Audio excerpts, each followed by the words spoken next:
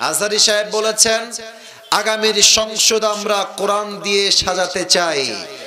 কোন বেঈমান, দুর্নীতিবাজ, এমন কোন রাজনীতিকে আমরা আমাদের দেশের কোন একটা মাটি দখল করতে দিব না। যুবক ভাইরা আমার, যেই দল আসবে, যার ক্ষমতা যাবে, এটা আল্লাহর পক্ষ থেকে ফয়সালা। তবে যদি বেঈমানি করেন, ইতিহাস ভুলে যাবেন না। 5 আগস্ট স্মরণ রাখবেন, মেজর ডালিমের কথা স্মরণ রাখবেন।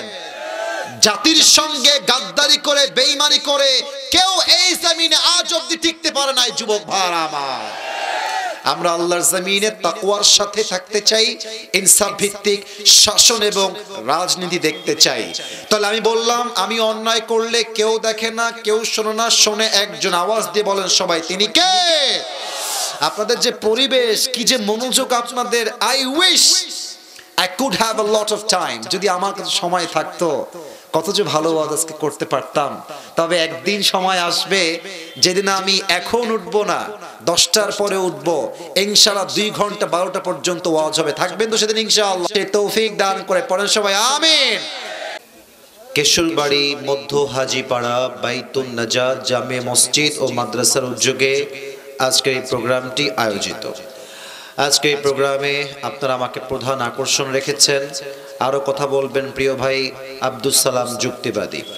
আমাদের প্রোগ্রামে আজ প্রধান মুফাসসির হাফেজ মাওলানা মাহফুজুর রহমান সাহেব ঢাকা। আরও ছিলেন জুবাইর আহমদ তাসির, আমার ছোট ভাই, খুব আদরের ভালোবাসার ভাই।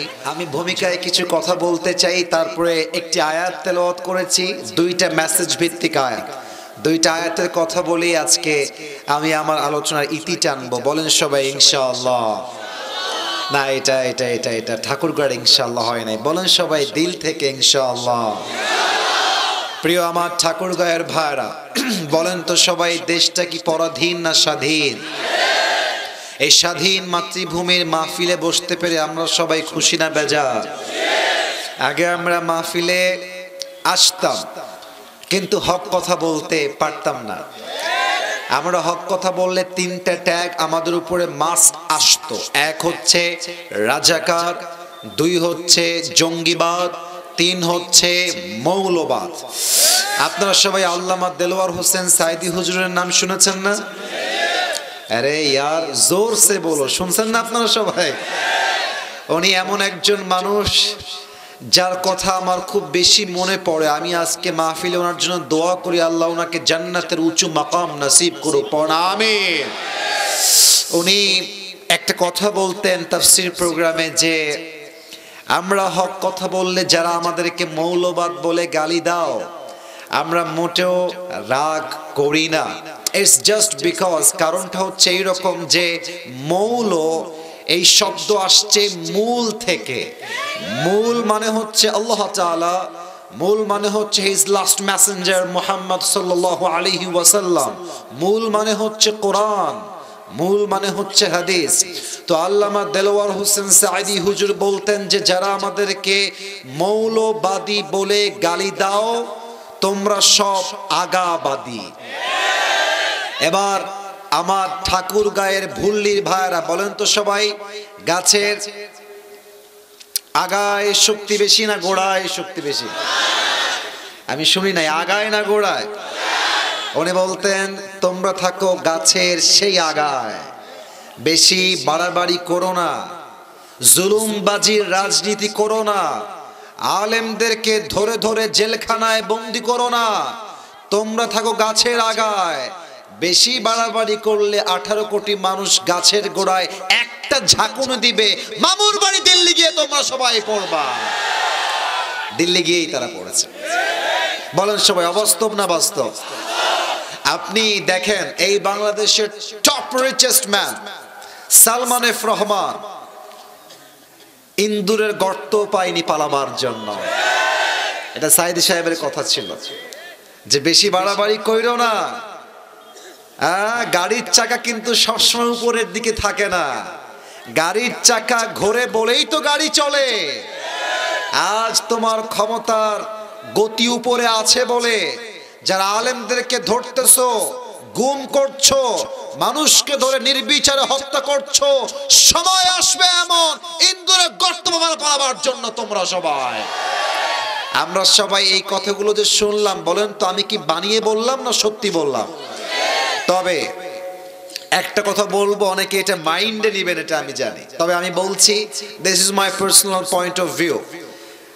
আমার পরিচয় আওয়ামী লীগ দিয়ে হবে না, আমার পরিচয় বিএনপি দিয়ে হবে না, আমার পরিচয় জামাত দিয়ে হবে না, আমার পরিচয় হেফাজত দিয়ে হবে না, আমার পরিচয় কওমি দিয়ে হবে না, আমার পরিচয় আলিয়া দিয়ে হবে না, আমার পরিচয় চরমোনাই দিয়ে হবে না, আমার পরিচয় সরসিনা দিয়ে হবে না, আমার পরিচয় জাতীয়তাবাদী দল দিয়ে হবে না। আমার প্রথম পরিচয় হবে আমি মুসলমান ঘরের সন্তান। যুবক ভাই, আপনার সবাই কথায় দ্বিমত না একমত? শেষ একটা কথা বলেই শেষ করে দেই। ঠাকুরগাঁও হচ্ছে একটা জেলা, এটা একটা ডিস্ট্রিক্ট, আর ঠাকুরগাঁয়ের বিভাগের নাম হচ্ছে রংপুর বিভাগ। আমি সকালেও বলেছি রংপুর এটা এখন কোনো সাধারণ নাম নয়, এটা একটা ঐতিহাসিক নাম। যুবক ভাইরা আমার দুই হাত দেখেন তো, মনে পড়ে কারো নাম এমনে? শহীদ আবু সাইদ, বলেন সবাই শহীদ। এমনি দুই হাত পেতে দিয়েছে, প্রমাণ করেছে দুইটা কথা। এক, বেঁচে থাকতে হলে সিংহের মতো বাঁচতে চাই, বিড়ালের মতো ম্যান ম্যান করে বাঁচার কোনো দাম নাই। যুবক ভাইরা আমার। নাম্বার টু, সে প্রমাণ করেছে রংপুরের ধামাল ছেলে আমি। স্পষ্ট কথা, স্পষ্ট মেসেজ আমার পক্ষ থেকে, দুই হাত পেতে দিয়েছি করগুলি। একটা কথা প্রমাণ করতে চাই, মুসলমান জীবন দিতে প্রস্তুত আছে, তাজা রক্ত দিয়ে শহীদ হতে প্রস্তুত আছে, বাট বাতিলের সামনে মাথা নত মুসলমান প্রস্তুত নয়। যুবক ভাইরা, আল্লাহ তার রক্তকে কবুল করো, পড়েন সবাই আমিন। আমি জানি তাকবীর দিতে চাচ্ছেন, বাট আমি অ্যালাউ করছি না, বিকজ আমার কাছে সময় নাই। আমি মূল কথাগুলো বলে শেষ করতে চাই। সবাই এবার একটা কাশি দেন। আপনাদের কিরে বাবা, মাইক কই গেল? কারেন্ট চলে গেছে? জেনারেটর দিয়ে দাও। অফ করেছে কেন? আচ্ছা, অন্তত এতটুকু তো আছে। আপনাদের বউ আছে কার কার? একটু হাত তোলেন। বউ আছে? আরে বাবা, তোমাদেরকে পরে বলছি। আচ্ছা, হাত নামান। বউ আছে, হাত নামান। বউ নাই কার কার? একটু হাত তোলেন। ফিরোজ ভাই কোথায়? আপনার এলাকার যে স্যাররা এসেছে, দায়িত্ব নেন। যুবকদেরকে শীতকালেই বিয়ে দেওয়া লাগবে। যুবক ভাই, আমি তোমাদের কষ্ট বুঝি। হাত নামাও, হাত নামাও। আল্লাহ প্রত্যেকটা যুবককে নেককার দিনদার বউ দিয়ে দিক। পড়েন সবাই আমিন। আমি একটা কথা মাঝে মাঝে মাহফিলে মজা করে বলি যে যুবকদের শীত দূর হবে কম্বল দিয়ে নয়, ল্যাব দিয়ে নয়, একমাত্র চরিত্রবান বউ দিয়ে যুবকদের শীত দূর হবে। আল্লাহ আব্বাদেরকে বোঝার তৌফিক দান করুক। পড়েন সবাই দিল থেকে আমিন। যাই হোক, মন খারাপ করো না। ये दिन दिन नहीं है, सामने और भी दिन बाकी है मेरे दोस्त। আল্লাহ আব্বা জানদেরকে বোঝার তৌফিক দান করুক। পড়না আমিন। আর বাবারা বুঝলেও কতটা বলতে I am feeling so shy, লজ্জা লাগছে, but I have to talk about the reality what's going on in the society. বাস্তবতা বলতে হবে। কে রাগ করলো, কে খুশি হলো, we don't care about it. ঠিক কিনা বলো? মেয়েরা টাকা ছাড়া বিয়ে করতে চায় না, বাস্তবতা। দেখো, ফেসবুক দেখো, ইউটিউব দেখো, নিউজ দেখো।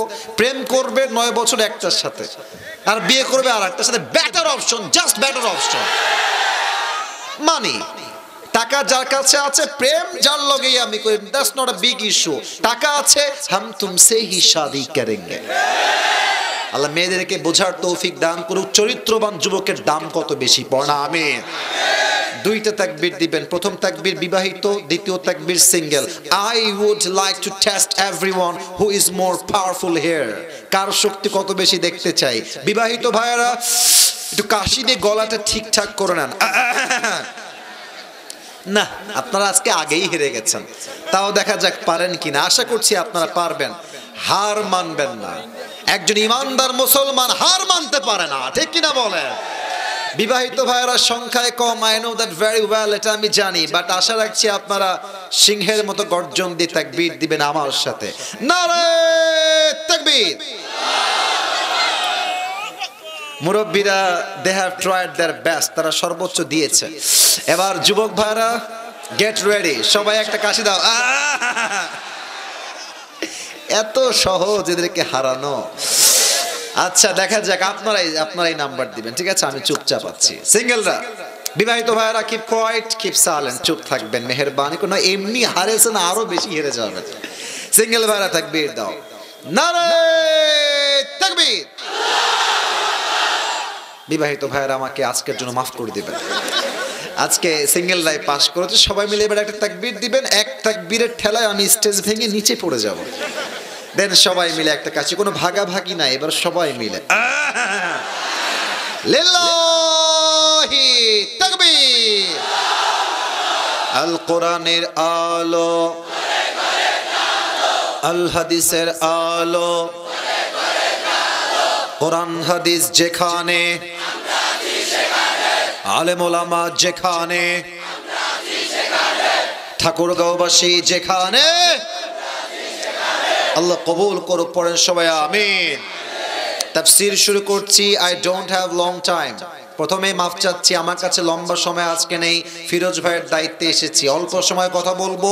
কেউ যদি উঠে যায় ও লুঙ্গি টেনে ধরে বসাই দিবেন, তবে লুঙ্গি যেন খুলে না যায়। কেউ যাবেন নাকি আপনারা ভাইরা? আল্লাহ যেন থাকার তৌফিক দান করে, পড়া আমিন। 4 নম্বর পারা, 2 নম্বর পৃষ্ঠা, সূরাত আলে ইমরানের 102 নম্বর আয়াত। আল্লাহ তাআলা এখানে 2টা মেসেজ বিলিভার্সদের জন্য, বিশ্বাসীদের জন্য দিয়েছেন। আমি আয়াত তেলাওয়াত করছি। যে কোনো আয়াতের তাফসীর পেশ করতে 4টা বিষয় মাস্ট বি মেনশনড, উল্লেখ করতে হয়। নাম্বার 1, রাইট প্রনাউন্সিয়েশন, সঠিক তেলাওয়াত। নাম্বার 2, রাইট ট্রান্সলেশন, সঠিক তরজমা। Number 3, what's the explanation of this আয়া, এই আয়াতের ব্যাখ্যা কি। 4 number, what's the lesson that you have got from this আয়া, আপনি এই আয়াত থেকে কি শিক্ষা পেয়েছেন। এই 4টা বিষয়কে আমি হাইলাইট করব in a very shortcut way, অল্প সময়ে বলতে চাই। আমি প্রথম চ্যাপ্টারে যাচ্ছি, আয়াতের সঠিক তেলাওয়াত। তেলাওয়াতটা ফাসতামিউ লাহু ওয়া আনসিতু লাআল্লাকুম তুরহামুন। Be silent and listen to this ayah with full concentration. দিলকে খাড়া করেন, জবানকে বন্ধ করেন, দিল দিয়ে, কান দিয়ে, মন দিয়ে আয়াতকে শ্রবণ করেন। আউযু বিল্লাহি মিনাশ শাইতানির রাজীম। বিসমিল্লাহির রহমানির রহিম। ইয়া আইয়ুহাল্লাযীনা আমানু তাকুল্লাহা হাক্কা তুকাতিহি ওয়া লা তামুতুন্না ইল্লা ওয়া আনতুম মুসলিমুন। আল্লাহু আকবার। 2টা মেসেজ। নাম্বার 1, আল্লাহ তাআলা বলছেন, You who believed, fear your Lord as he should be feared. হে ঈমানদারেরা, তোমার রবকে ভয় করো ভয় করার মতো। Number 2, وَلَا تَمُوتُنَّ إِلَّا وَأَنْتُمْ مُسْلِمُونَ, and do not die except as a Muslim. যেহেতু তোমাকে মরতে একদিন হবেই, আল্লাহ তাআলা বলছেন প্রকৃতপক্ষের মুসলমান না হয়ে কবরে এসো না। These are the 2 message that Allah has dropped in this ayah. এই 2টা আয়াত, একটা আয়াত 2টা মেসেজ। এক হচ্ছে তাকওয়া। অল্প সময় তাকওয়াকে আমি হাইলাইট করছি 2টা হাদিস থেকে। Number 1, what's the definition of তাকওয়া, তাকওয়া কাকে বলা হয়। প্রথম সংজ্ঞা হচ্ছে হারাম থেকে বেঁচে থাকবো, হালালকে আমরা অ্যাকসেপ্ট করব। এক্সাম্পল দেই, শেষ করে দেই, উদাহরণ দিচ্ছি একটা। আপনার কাছে একটা অপশন আছে, চাকরি। চাকরি যদি আপনি পেতে চান, আপনাকে প্রথমে দেওয়া লাগবে 10 লাখ টাকা ঘুষের টাকা। অপশন 2টা, এক হচ্ছে চাকরি, আর এক হচ্ছে নিজে ব্যবসা করে খাবো। ব্যবসা করে যে খাবো সেই টাকা আমার কাছে আহামরি নাই, আমার কাছে শুধুমাত্র চাকরির অপশনটা বেটার অপশন, কিন্তু সেখানে হারাম আমাকে অ্যাপ্লাই করতে হবে। তাহলে আমার চিন্তা তাকওয়ার হিসেবে কি হবে? আমি বলবো ভ্যান চালায় খাবো, মুড়ি বেচে খাবো, ধানের খেতে কাজ করে খাবো, তবুও ঘুষের টাকায় চাকরি আমি করতে পারবো না। দিস ইজ তাকওয়া। হারাম থেকে বাঁচতে হবে, হালালকে আপনার অ্যাকসেপ্ট করতে হবে। নাম্বার 2, আর একটা এক্সাম্পল দেই। ঠাকুরগাঁয়ে বিয়ে হয় না? এই যে কথা, আরে বিয়ে না হলে তোমরা আসলা কই থেকে রে বাবা? বলেন, বিয়ে হয় না? বিয়েতে যদি ডিজে গান না বাজে, অনেকে বলে এটি কোনো বিয়ে হলো, ডিজে গান কোথায়, বক্স কোথায়, গান কোথায়? আপনি মেয়ের বাবা, আপনি বলবেন তোর যদি বিয়ে খাইতে মন চায় আয়, না হয় ভাগ। আমি মেয়ের বাপ, আমি শুধু মুসলমান নই, আমি আল্লাহকেও ভয় করি। আমার বিয়েটা হবে বরকতের সাথে, হালালের সাথে। আমার বিয়েতে একজন মুসলিম মেয়ের বাবা হিসেবে ডিজে বক্স বাজিয়ে আমি আমার মেয়েকে বিয়ে দিতে পারবো না। দিস ইজ তাকওয়া। হারামকে আপনি অ্যাভয়েড করবেন, হালালকে আপনি অ্যাকসেপ্ট করবেন। নাম্বার 1 ডেফিনেশন অফ তাকওয়া। আজহারী সাহেব বলেছেন, আগামীর সংসদ আমরা কোরআন দিয়ে সাজাতে চাই। কোন বেঈমান, দুর্নীতিবাজ, এমন কোন রাজনীতিকে আমরা আমাদের দেশের কোন একটা মাটি দখল করতে দিব না। যুবক ভাইরা আমার, যেই দল আসবে, যার ক্ষমতা যাবে, এটা আল্লাহর পক্ষ থেকে ফয়সালা। তবে যদি বেঈমানি করেন, ইতিহাস ভুলে যাবেন না। 5 আগস্ট স্মরণ রাখবেন, মেজর ডালিমের কথা স্মরণ রাখবেন। জাতির সঙ্গে গাদ্দারি করে, বেঈমানি করে কেউ এই জমিনে আজ অবধি টিকতে পারে নাই। যুবক ভাইরা আমার, আমরা আল্লাহর জমিনে তাকওয়ার সাথে থাকতে চাই, ইনসাফ ভিত্তিক শাসন এবং রাজনীতি দেখতে চাই। তাহলে আমি বললাম, আমি অন্যায় করলে কেউ দেখে না, কেউ শোনে না, শোনে একজন, আওয়াজ দিয়ে বলেন সবাই, তিনি কে? আপনাদের যে পরিবেশ, কি যে মনোযোগ আপনাদের! I wish I could have a lot of time. যদি আমার কাছে সময় থাকতো, কত যে ভালো ওয়াজ আজকে করতে পারতাম।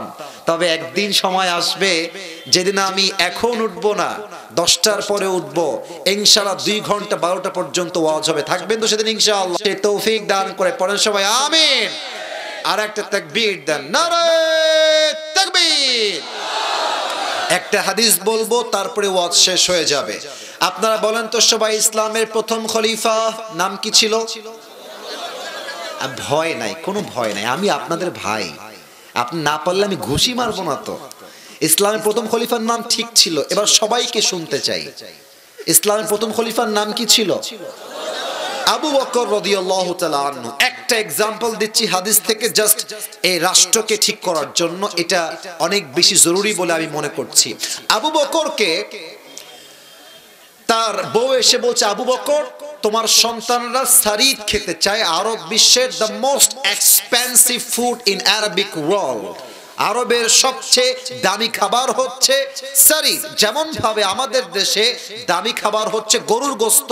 মধ্যবিত্তরা পুরো মাসে হয়তো বা একবারও গরুর গোশত কেনার শখটা পূরণ হয় না।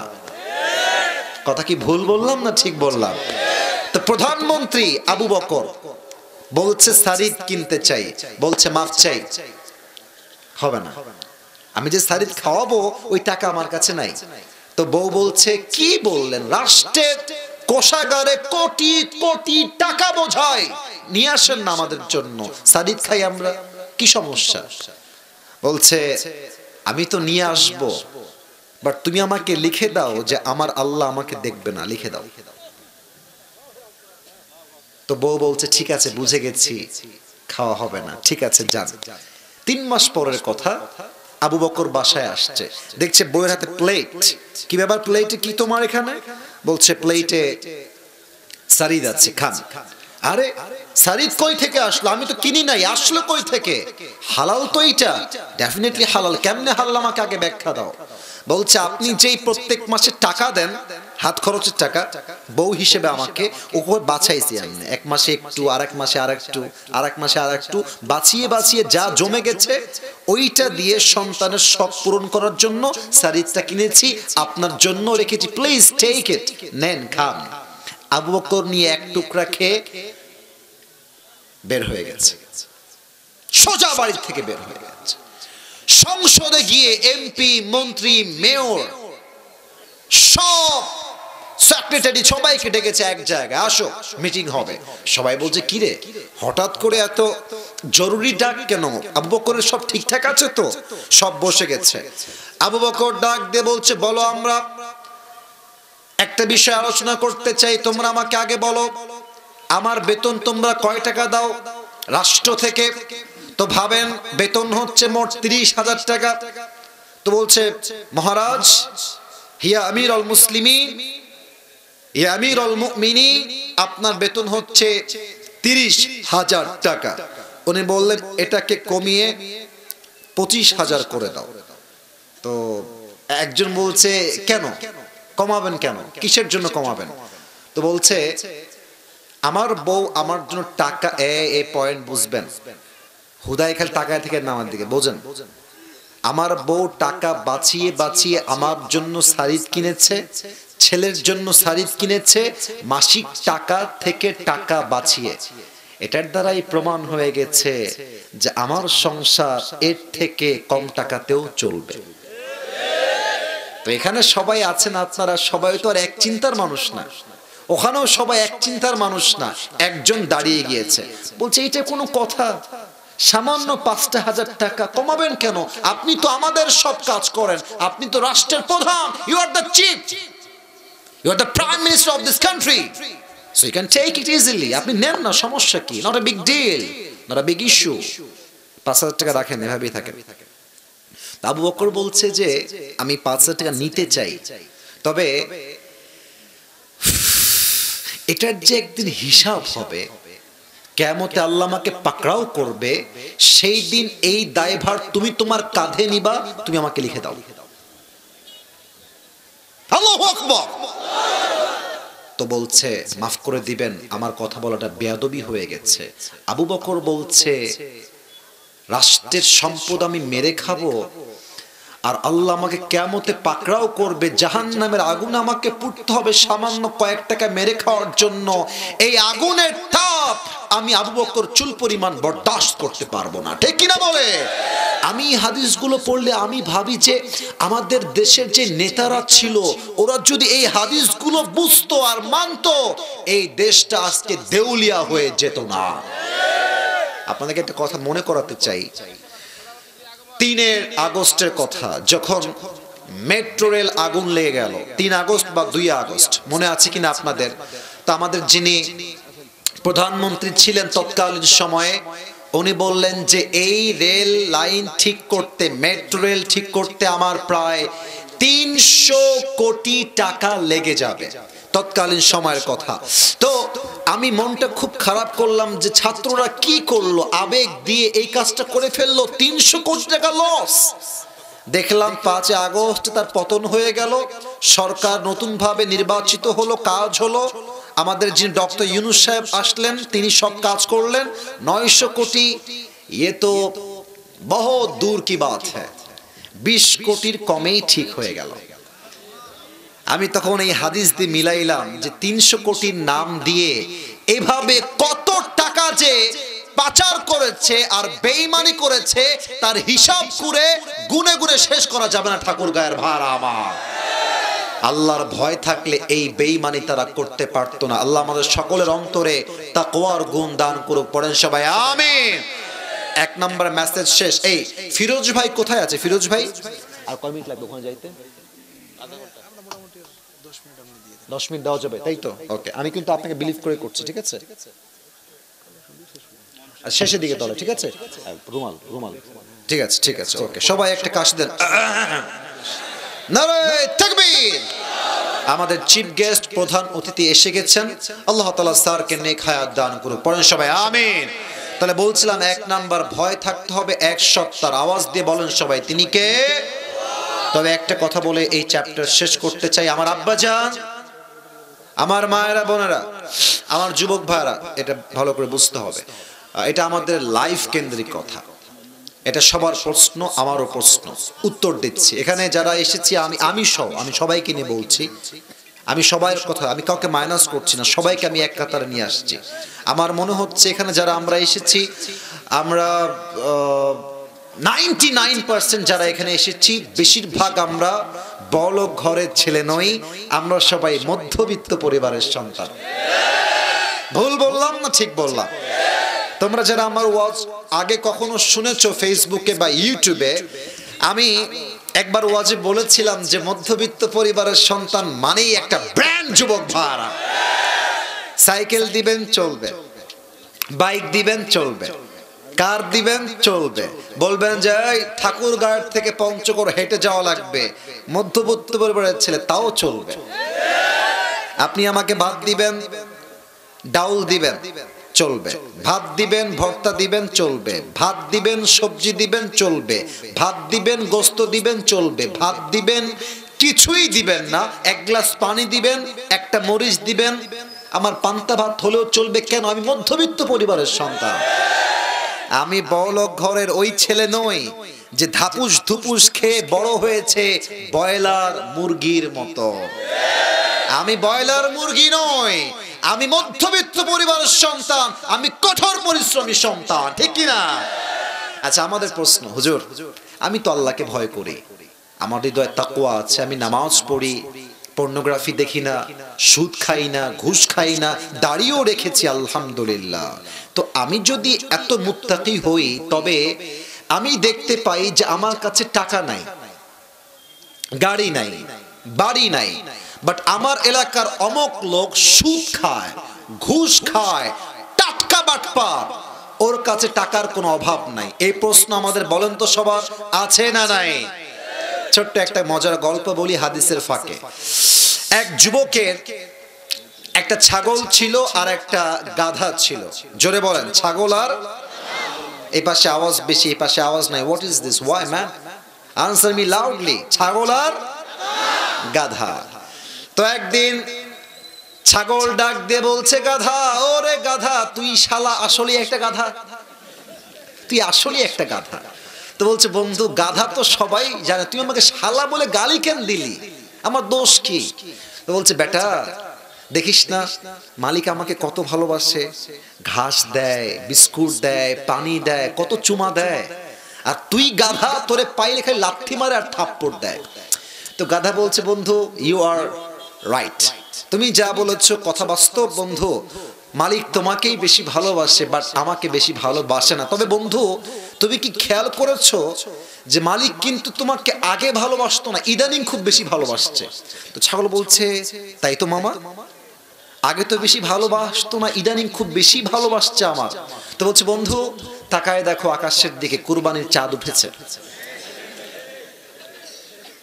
তো তোমাকে খাওয়াচ্ছে, এটা স্বার্থ আছে, খাও, জনমের খাওয়া খাও, কয়দিন পরে তোমার বিসমিল্লাহ হবে।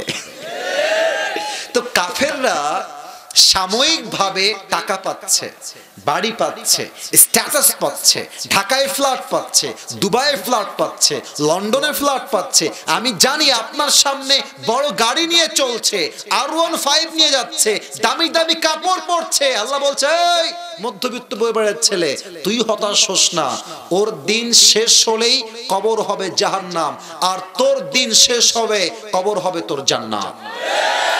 তাকওয়া যার বেশি, কষ্ট তার বেশি, কিছু করার নাই।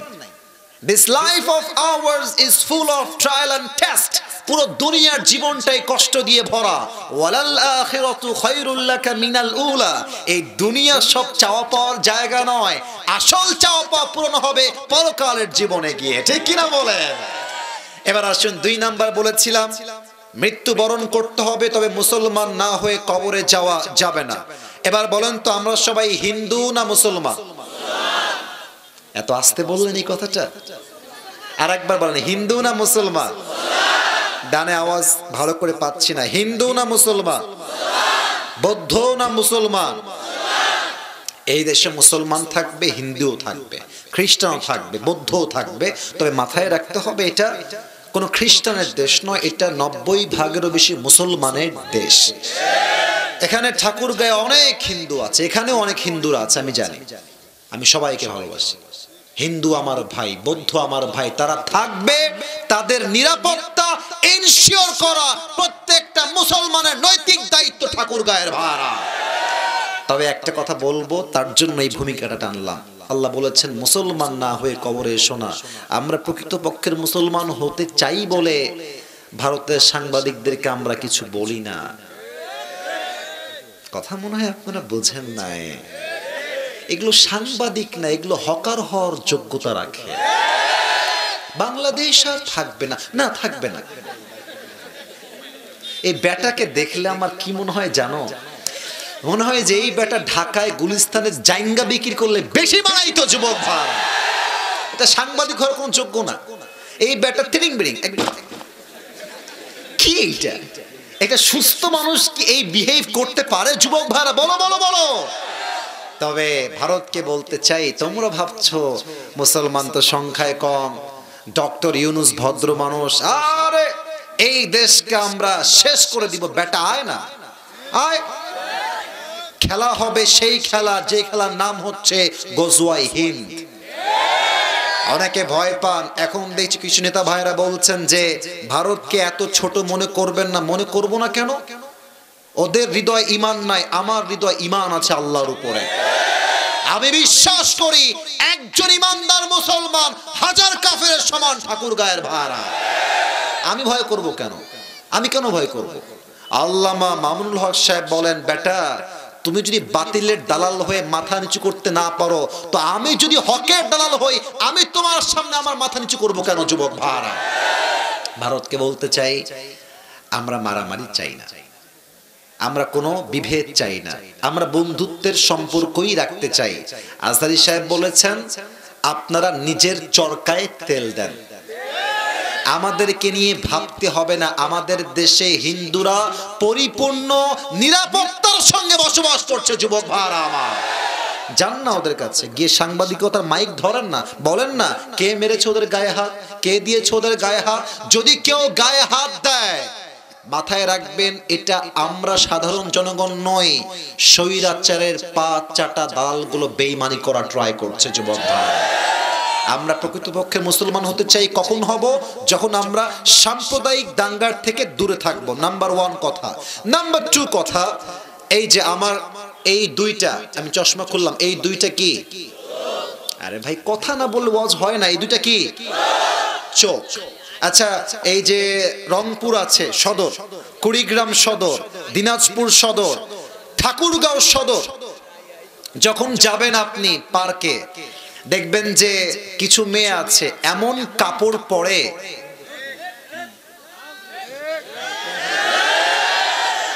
এটা তো নাই মনে হয়, তাই না? এমন কাপড় পরে মনে হবে যে উলঙ্গ মেয়ে রাস্তা দিয়ে হাঁটছে, ঠিক কিনা বলে? আচ্ছা ঠিক আছে, 1 নাম্বার কথা, চোখ দিয়ে ওই মেয়েদেরকে দেখা যাবে না। তবে সত্য কথা বলতে বোরকা ওয়ালিরাও খুব বেশি একটা সুবিধার না আসলে। হাতেও মোজা, পায়েও মোজা, হিজাবও পরে, নেকাবও পরে, দেখলে মনে হবে यार ये तो अभी के अभी जन्नत से भाग के दुनिया में आई है। এত ভালো মেয়ে কেউ হতে পারে?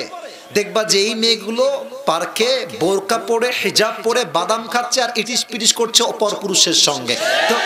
তো এইটা দেখলে আমার মাথায় প্রথম কথা আসে, বোরকা পরলেই চরিত্রবান হওয়া যায় না।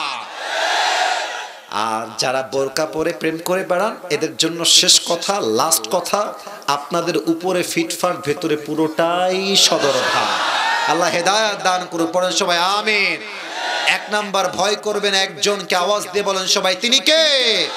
2 নাম্বার, প্রকৃতপক্ষের মুসলিম না হয়ে কবরে যাওয়া যাবে। এই মাহফিলটা আগামীতে হোক, এটা আমরা সবাই চাই কি চাই না?